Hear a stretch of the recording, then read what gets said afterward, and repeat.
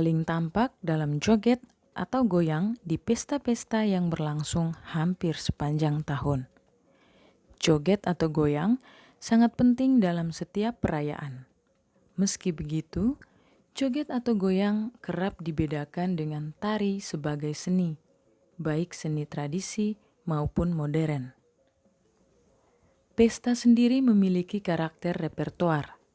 Ia memiliki struktur yang bisa diulang dalam babak dan durasi tertentu di setiap perhelatan. Pesta dijalankan oleh aktor-aktor.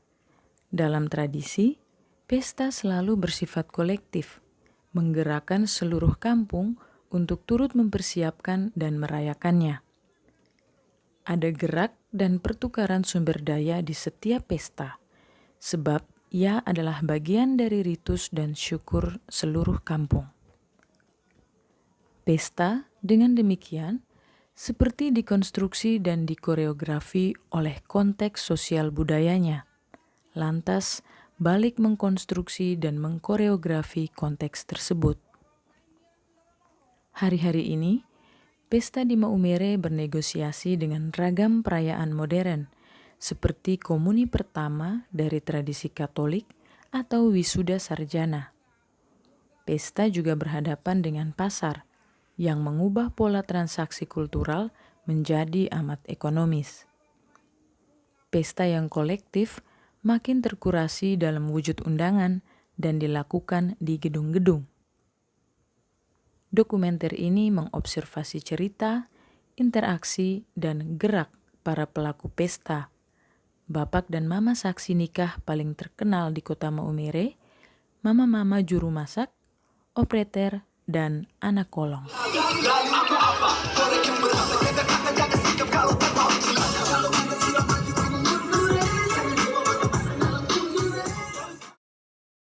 Kalau perbandingan pesta toh, dari dulu mama mereka punya itu kan tidak pakai tenda, pakai pelapa, jadi macam untuk pengeluaran sih masih bagi. Daripada sekarang satu tenda seberapa? 2,5. Kalau dulu mama mereka punya itu kan ya kami lepas. Pakai lepas, jadi kita Karena pakai. dulu gotong royongnya kuat. Sekarang sudah mulai. Orang datang itu tunggu bunyi babi dulu. Dan tidak ada utang dulu. Kami tidak utang memang. Sekarang bunyi.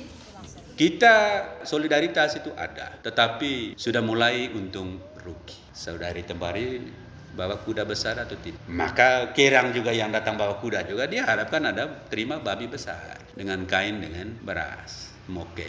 Dan seolah-olah itu ada kewajiban sampai dengan keharusan. Dia tidak nyaman kalau saudaranya pulang tanpa apa-apa. Tetapi lagi-lagi do utdes, saya beri supaya kau beri saya. Ini kalau Bapak lihat ini kan seolah-olah ada utang piutang. Macam kita jual anak. Mestinya itu dihindari. Seluruh yang ada itu simbolik, tanda. Sehingga solidaritas baik dari kacamata budaya Bapak Papan Lemir Batu Itamogat, belum lagi susah senang itu sama dalam spiritualitas Kristiani. Kalau bapak mama punya anak-anak sekarang bagaimana? Puji Tuhan bahwa mereka ini hemat, kemudian hidup di bawah panduan. Belis ada, tapi tidak mesti. Tapi yang harus disiapkan, liturgi harus baik. Karena kita sudah makan orang punya piring nasi, ya kita juga undang orang. Resepsinya sejauh yang kita bisa. Bapak mama di sini tidak alergi dengan pesta. Hanya yang bapak mama inginkan ada sesuatu plus dari setiap pesta apa saja. Mau serani anak, mau sambut baru, nikah, duka cita, kebersamaan ini kita membawa kemana? Karena kita sudah terlanjur menganuti bahwa pendidikan adalah peretas jalan perubahan dalam bidang apa saja, sehingga ada keseimbangan.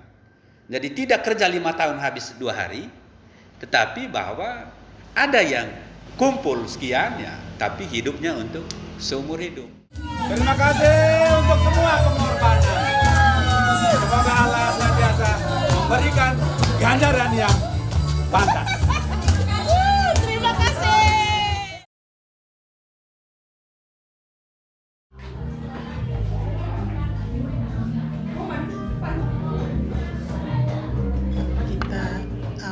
pasti tuan pestanya datang hubungi kita kalau kita mau masak. Mereka awal-awal dorong selalu tanya harga pertama, biaya masaknya itu berapa. Tapi kami tidak biasa sebutkan, tergantung tuan pestanya mau kasih kami berapa saja, terserah. Saya selalu sarankan kalau dia datang konsultasi kakak saya minta berapa, saya bilang jangan. Tergantung mereka mau beri kita berapa saja, tidak apa-apa, yang penting pengalaman dulu awal-awal. Terus kami harus susunkan menu pertama buat menunya dulu. Pertama kita harus tanya dulu anggaran mereka berapa. Anggaran mereka berapa, dagingnya itu apa-apa. Setelah mereka sebutkan, kita buat anggaran menu bumbu-bumbunya semua. Langsung kita putuskan kapannya belanja. Jadi kita siapa belanja. Kadang-kadang kami bilang kalau mereka belanja sendiri mereka tidak tahu. Jadi harus ajak dengan kami. Biasanya kadang-kadang waktu itu saya juga rasa malas kalau pergi belanja. Biasanya saya minta bantuan Naan ini yang biasa ikut dengan tuan pestanya pergi belanja. Biasanya mereka minta dengan Hamin satunya. Itu nanti biayanya sendiri. Hamin 2 dengan hari hanya itu berapa. Itu sesuai dengan binatang yang dibunuh. Itu waktu dulu itu sapinya itu per ekor berapa, babinya juga berapa. Dan itu memang capek ya, namanya bagian dapur itu tidak kalah pentingnya. Karena tanpa orang depan itu juga tidak bisa, tanpa orang belakang juga acara itu pasti tidak bisa. Jadi kita harus tahu mengatur mereka punya persiapan itu bisa mencukupi undangan mereka atau tidak.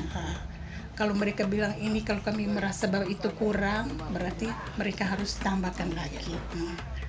Kami maunya harus memberikan yang terbaik. Tamu-tamu yang datang itu mereka menikmati makanan, maunya kesannya itu baik.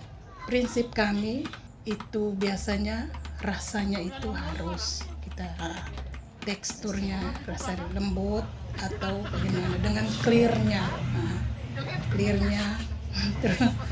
Jadi harus warnanya itu juga harus bagus, dan per jenis masak menu itu harus rasanya beda-beda. Tidak boleh semua menunya itu rasanya sama. Pertama kali itu saya sendiri itu di Nele, itu orang bunuh babi itu 2 ekor, sapi 2 ekor. Baru tidak ada orang yang bantu, saya sendiri. Saya beranikan diri, saya datang di kakak, saya konsul kakak bilang intinya yang penting kau berani. Kakak kasih semua menunya, saya ikut cara-caranya, saya ikut. Akhirnya sampai di sana saya bilang, tapi resepnya saya bilang kamu bantu saya bilang kamu punya bantu saya. Terus saya kalau tenaga sendiri saya tidak bisa. Kamu bilang iya, syukur di sana orang juga bantu. Jadi saya semuanya saya kerjakan dan hasilnya baik. Iya 12 menu waktu. Orang sampai heran-heran, orang bilang aduh mama ini pisah, mana ini mama ini kecil tapi kita lihat kayaknya bukan tukang masak. Mereka heran, pertama kali saya masuk tuh orang tidak anggap saya. Orang pikir bilang, hei ini nih tukang masak betul, tidak.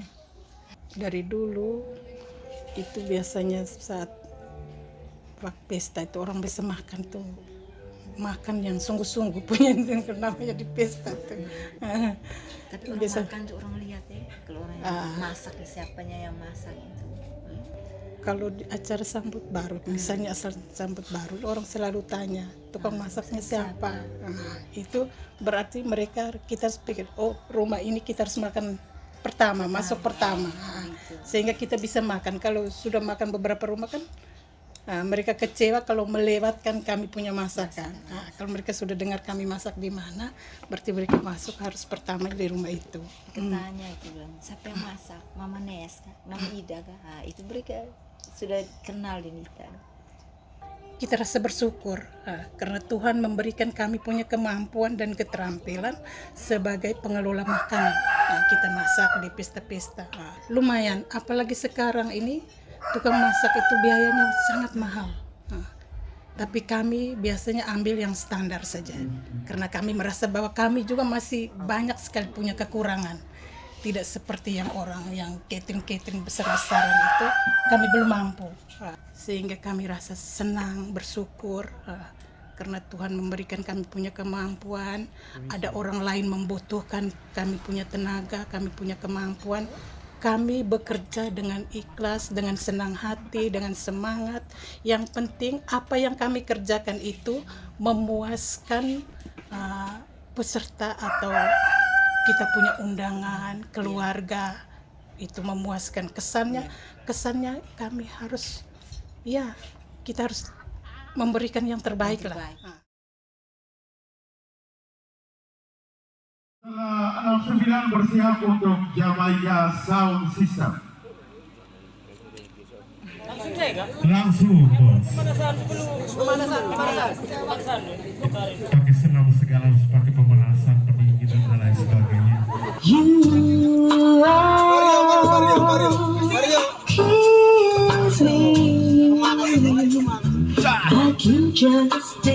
Jangan bentar kak.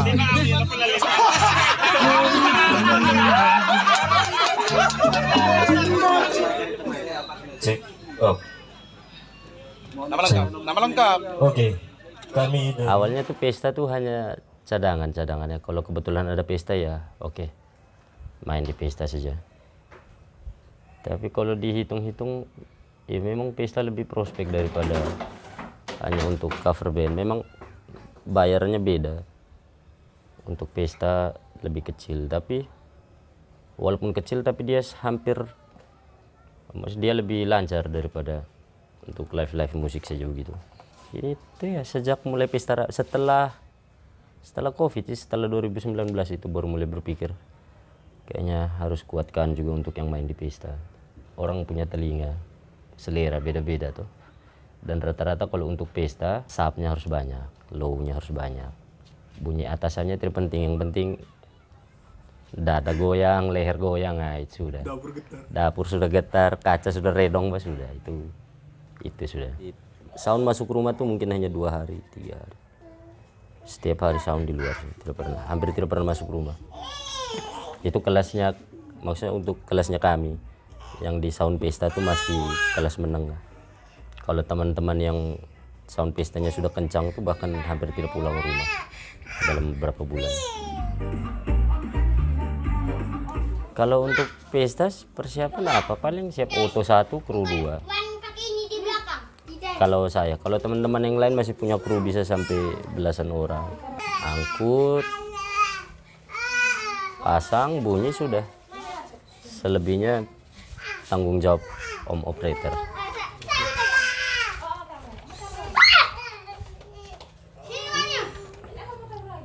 Bedanya operator dengan soundman bagaimana? Kau kan operator juga, kadang-kadang soundman juga. Soundman juga kadang-kadang operator. Operator yang gagal.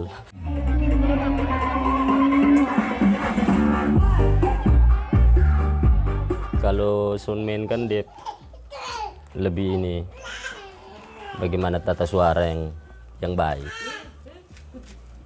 Bagaimana kau atur semua bunyi bisa, kau bisa produksi suara yang baik, kasih besar suara tapi keluarnya tetap baik.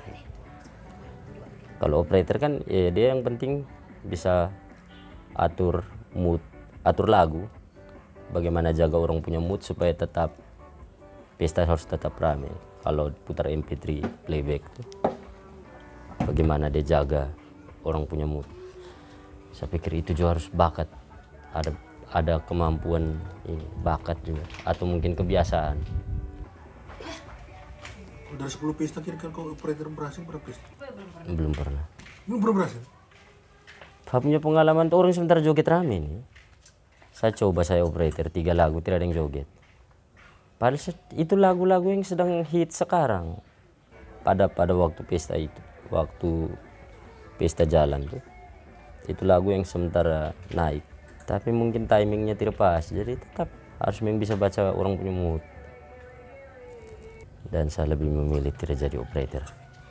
Cukup pasang habis, kalau cuman playback ya sudah anak-anak yang atur operator. Anak-anak ini biar tidak pesta juga mereka tiap hari dengar itu lagu. Kadang orang punya pesta juga mereka hanya pergi duduk dengar saja bagaimana orang buka lagu. Kau punya operator sendiri khusus? Punya. Harus. Karena memang sudah lebih banyak main di pesta juga. Harus punya 1 orang atau 2 orang. Sekarang posisinya memang dua-duanya bisa. Tapi yang ahli sekali 1. Mereka 2 yang urus lagu. Mereka punya playlist sendiri? Pasti. Lagu jogetnya hampir 2000-an lagu. Lagu joget. 2000-an. Hampir semua lagu tuh dikirim ke saya, tapi waktu saya buka sama, orang tidak joget juga. Sial. Belum bisa baca itu. Suasana tuh langsung berubah waktu mereka yang pegang tuh. Waktu mereka yang atur lagu-lagunya. Mungkin bahkan orang yang mereka tidak kenal sama sekali, tapi kok mereka bisa baca dia punya mood lagu apa yang harus dipakai. Kalau macam satu acara resepsi itu mereka biasa masuk bagian mana? Mereka kalau untuk resepsi saya tunggu mereka benar-benar di acara bebas. Jadi dari awal sampai akhir kau dulu? Dia performer juga. Dia punya peran penting ngeri. Ada sound yang memang lebih kencang, lebih bagus. Tapi orang tetap pakai sound yang tidak terlalu bagus. Karena operatornya. Serius. Sound biasa-biasa sah. Orang bilang sound biar biasa juga baik. Yang penting atur lagu. Jadi, atur lagu enak, pesta tetap ramai. Saya juga rasa ketika saya sudah punya operator yang ini. Kalau dia yang pegang tuh pesta minimal itu jam 4 baru mulai menyusup. Kalau DJ muncul di pesta sih sudah mulai sebelum Covid itu sudah mulai live DJ di pesta, tapi memang belum terlalu bikin ini tuh.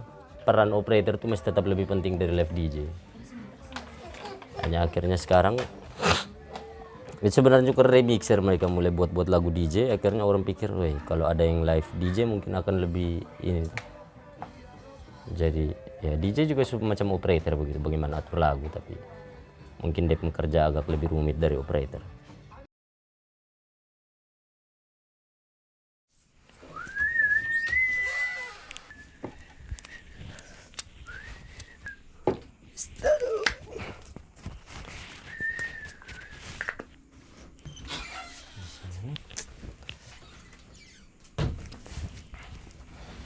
Malam dulu. Malam abang. Kemana nih siap mana? Pesta nih kak. Pesta di depan kantor lurah. Sebelah kantor lurah. Bab jabuk dengan jabuk mereka nih.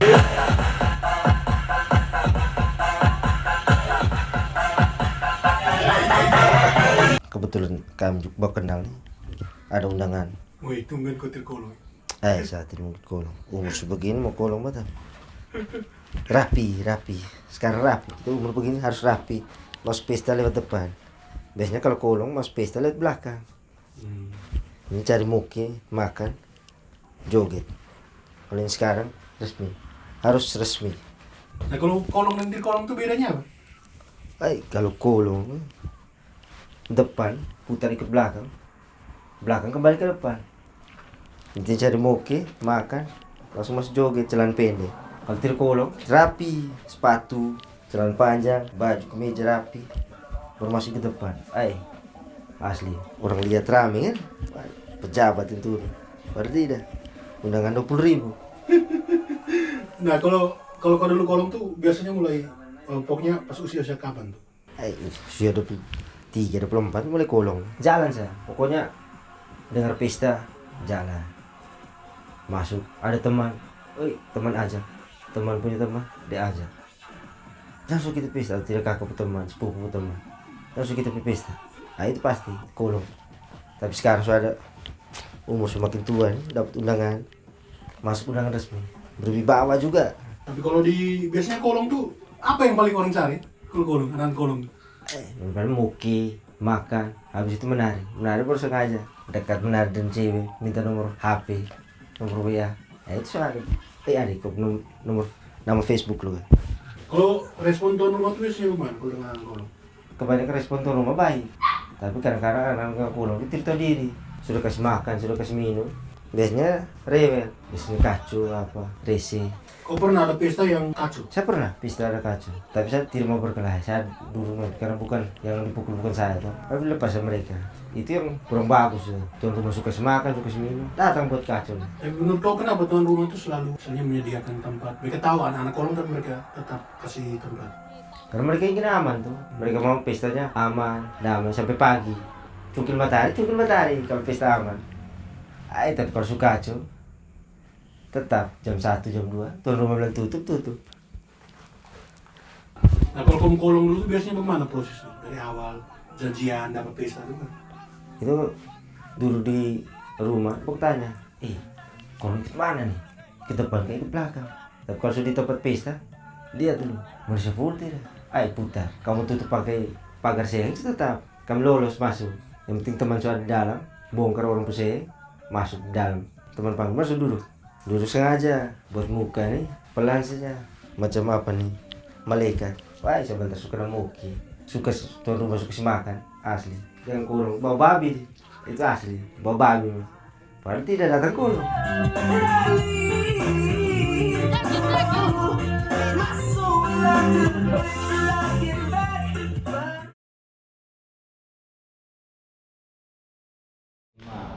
Enam, 7, 8, 1, 2, 3, 4, 5, 6, 7, 8, 1, 2, 3, 4, 5, 6, 7, 8. Hasil amatan terhadap cerita, interaksi dan gerak mama-mama, operator dan anak kolong, kami jadikan pijakan untuk membuat satu tari yang familiar dikenal dengan sebutan goyang ragam.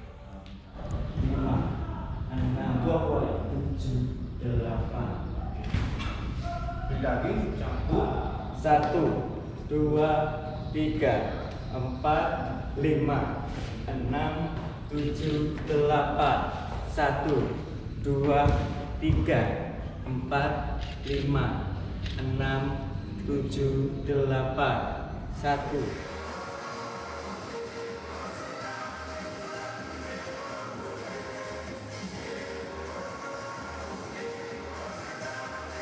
Dengan pendekatan penciptaan bersama, kami mengkodifikasi gerak-gerak para aktor pesta dan mengkomposisinya dalam satu struktur. Kami mencobakan tari ini kepada para siswa sekolah menengah atas, murid-murid dari salah satu narasumber kami. Deng deng deng araka diki diki deng diki deng deng deng araka diki diki deng.